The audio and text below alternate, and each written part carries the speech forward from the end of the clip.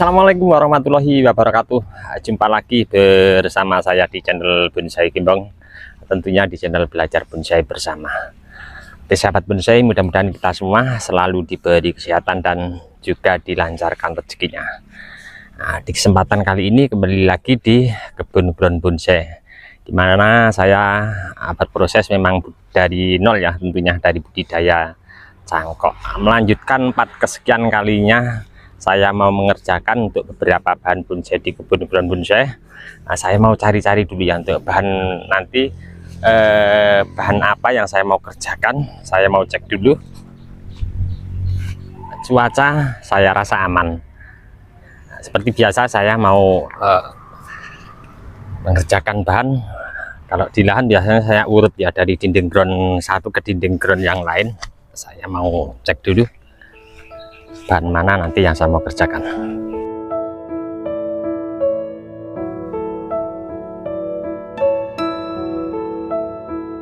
Sudah ada satu bahan di hadapan saya.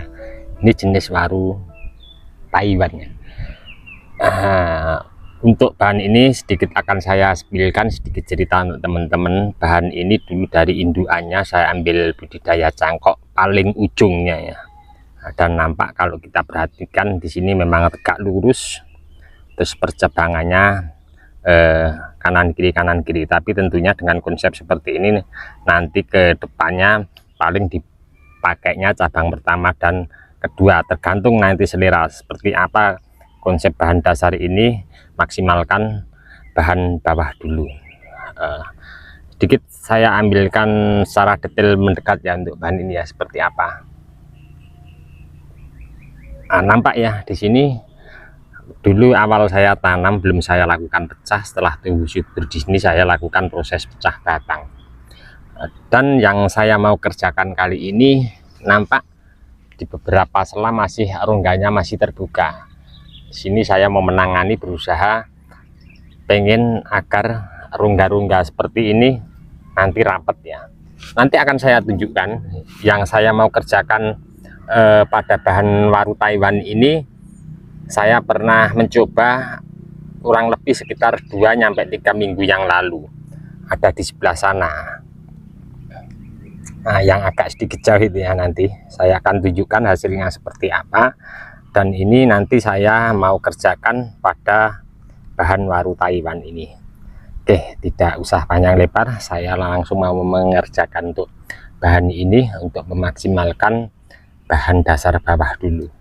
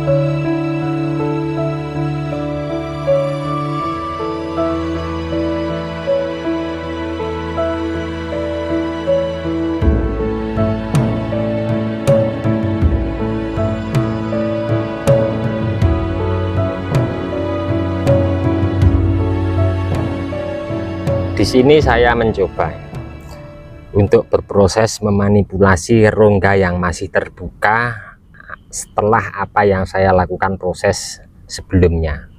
Saya ambilkan contoh yang nampak saat ini di layar kaca teman-teman ya.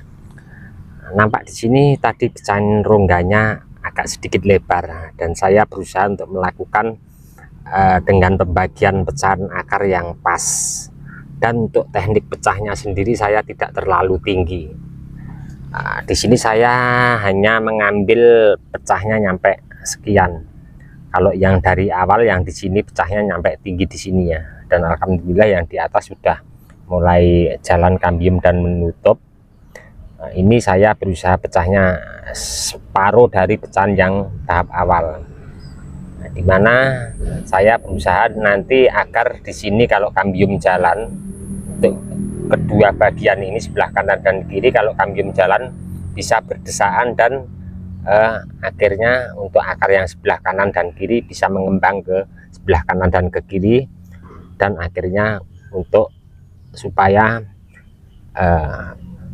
luka yang spasinya rongganya lebar ini bisa rapat. Sama keseluruhan untuk pengerjaan. Memang saya ambil pecahnya tidak terlalu tinggi karena lihat situasi kondisi di atas juga. Tadi sedikit saya melakukan untuk membersihkan seperti ini, serpian yang seperti biasa ya, kulit kering, serpian bekas pecahan yang lama dimana mengganggu kambium jalan. Setelah itu saya bersihkan, lalu saya kasih salep kambium ulang. Nah, akan saya tunjukkan untuk teman-teman proses yang seperti ini, sama persis ada di sebelah sana ya untuk bahannya. Nanti kita lihat seperti apa hasil setelah saya lakukan, sama halnya seperti yang saya kerjakan ini tadi. Kita langsung menuju bahannya seperti apa, dan nanti juga akan saya lakukan proses penanganan ringan saja.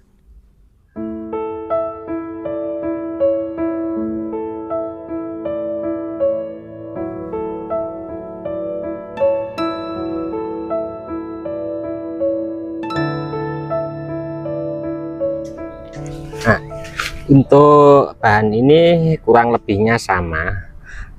Untuk pengerjaannya seperti yang tadi saya kerjakan.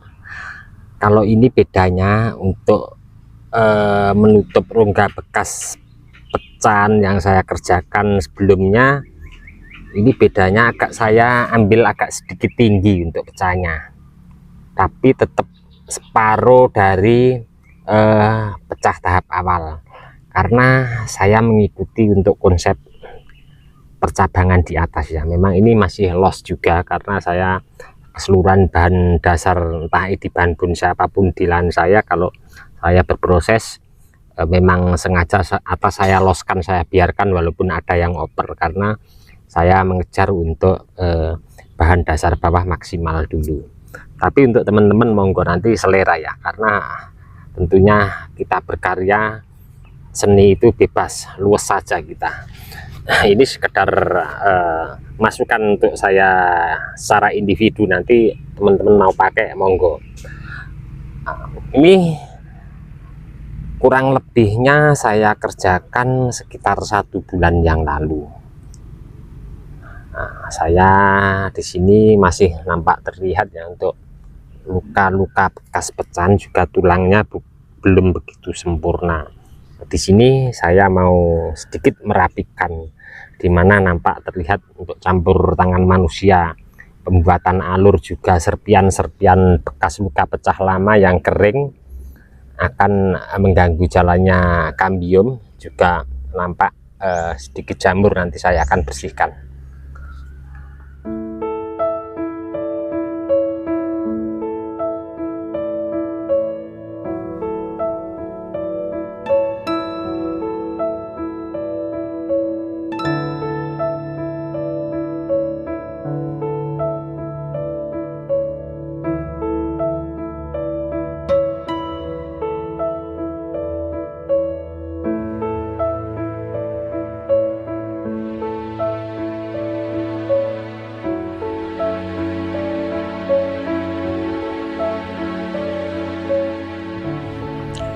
Untuk bahan ini saya rasa cukup, mungkin di proses ke depan saya tidak akan lakukan pecah lagi, tinggal menunggu nanti batang utama sama kondisi di bawah terkhususnya, tinggal nunggu maksimal pengembangan pada kambium biar sempurna. Di video saya sebelumnya saya pernah berbagi, ini kurang lebihnya sama untuk saya lakukan membersihkan beberapa serpian bekas luka pecah yang lama. juga untuk memanipulasi campur tangan manusia membuat kesan tua agar tidak nampak terlihat bekas luka-luka seperti ini. Tadi saya rapikan pakai sederhana karter.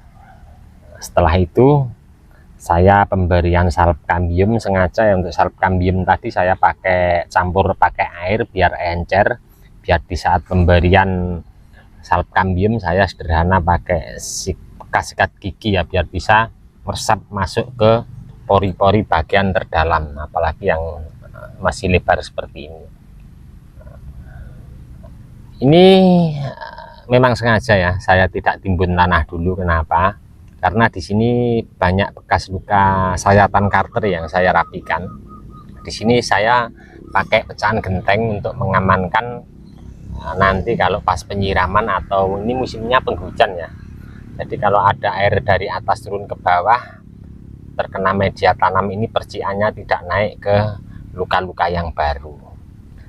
Ini paling besok, kalau enggak nanti malam akan saya lakukan pemupukan penyiraman pakai pupuk cair, dimana di video saya sebelumnya pernah berbagi cara membuat pupuk cair dengan biaya irit di kantong dengan memanfaatkan bekas kotoran kambing atau sapi. Yang kita manfaatkan airnya ya, jadi rendaman bekas kotoran sapi atau kambing, airnya yang kita pakai untuk melakukan penyiraman pemupukan. Oke teman-teman, cukup sekian dulu, mungkin waktunya sudah mulai sore ya, dan akan saya sambung lagi besok untuk agenda kegiatan serba-serbi di kebun ground bonsai ini. Dari saya di channel Bonsai Gembong, mudah-mudahan di video saya sebelumnya selalu memberi informasi, motivasi untuk teman-teman terus semangat berkarya dan berbudidaya, entah jenis ID bahan bonsai apapun. Untuk teman-teman yang selalu menyimak mensupport di video saya ucapkan banyak-banyak terima kasih, tidak bisa saya sebutkan satu persatu. Dan untuk teman-teman yang komen-komen di bawah deskripsi mungkin tidak bisa saya tanggapi satu persatu juga, saya mohon maaf, mungkin karena waktu juga keadaan saya belum bisa menanggapi satu persatu. Dari saya di channel Bonsai Gembong cukup sekian dulu. Salam satu hobi, salam budidaya. Assalamualaikum warahmatullahi wabarakatuh.